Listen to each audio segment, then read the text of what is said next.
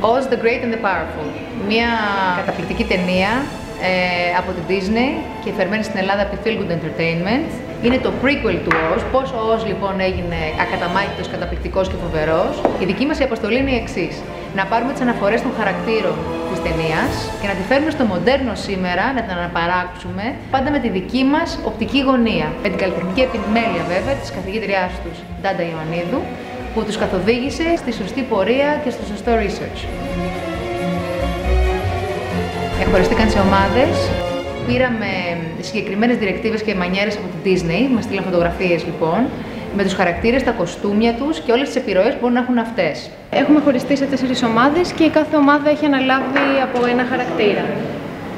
Ο δικός μας χαρακτήρας είναι η Θεοδώρα. Το κυρίαρχο του χρώμα είναι το κόκκινο, από ό,τι έχουμε δει και από εικόνες από την ταινία. Θέλαμε να κάνουμε κάτι λίγο πιο μοντέρνο και σκεφτήκαμε να φτιάξουμε ένα headpiece και να βάλουμε όλο το κόκκινο στοιχείο στο κεφάλι.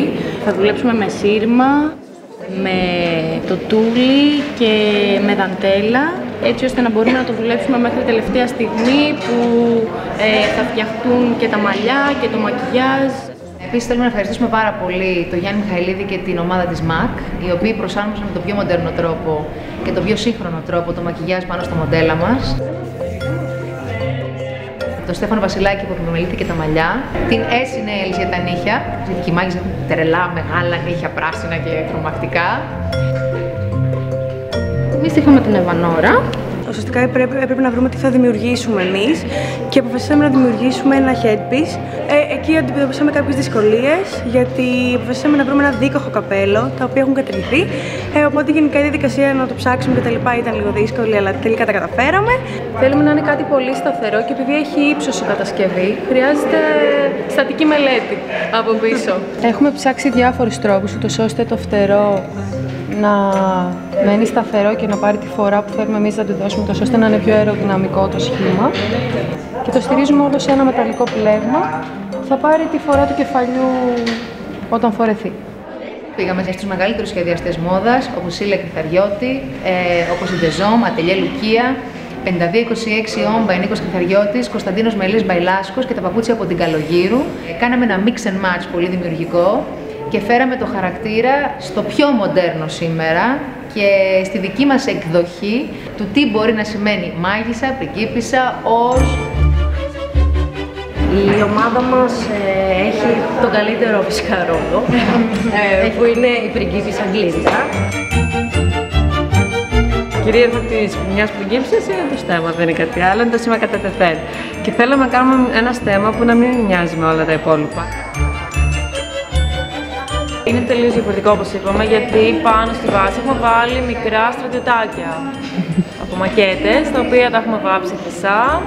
Πήραμε ουσιαστικά μικρά στρατιωτάκια σαν αυτά εδώ πέρα. Τους προσθέσαμε ένα πιο πολυτελές άγγιγμα, το κάναμε χρυσά. Και από αυτό θα βγει ένα έργο τέχνης.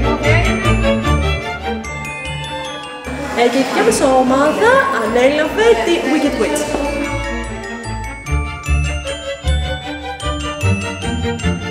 Σκεφτήκαμε να πάρουμε πυλό για να φτιάξουμε τις πέτρες του κολλιέ παρά να πάρουμε έτοιμες. Ήταν πιο εύκολο να δώσουμε το σχήμα που θέλαμε. Πήραμε μαύρο πυλό, ψήσαμε το πυλό και απλά βάψαμε κάποιες χρυσές. Ήταν πολύ εύκολη κατασκευή γενικότερα και χρησιμοποίησαμε πλέγμα επίσης από κάτω για να στερεώσουμε τις πέτρες. Το οποίο το βάψαμε με στρί μαύρο και μετά ράψαμε πάνω, τρέσαμε φτερά. Τον μάγο του Oz, επειδή είναι και αγόρι και επειδή είναι και μόνος του, τον έχουν αναλάβει όλες οι ομάδες μαζί.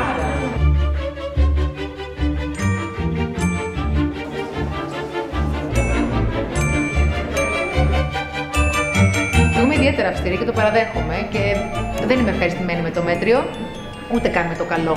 Θέλω να είναι τέλεια όλα, γιατί όπως λέω και στα παιδιά, το τέλειο είναι πάνω στο θρόνο του και δεν μπορεί να το πειράξει κανείς.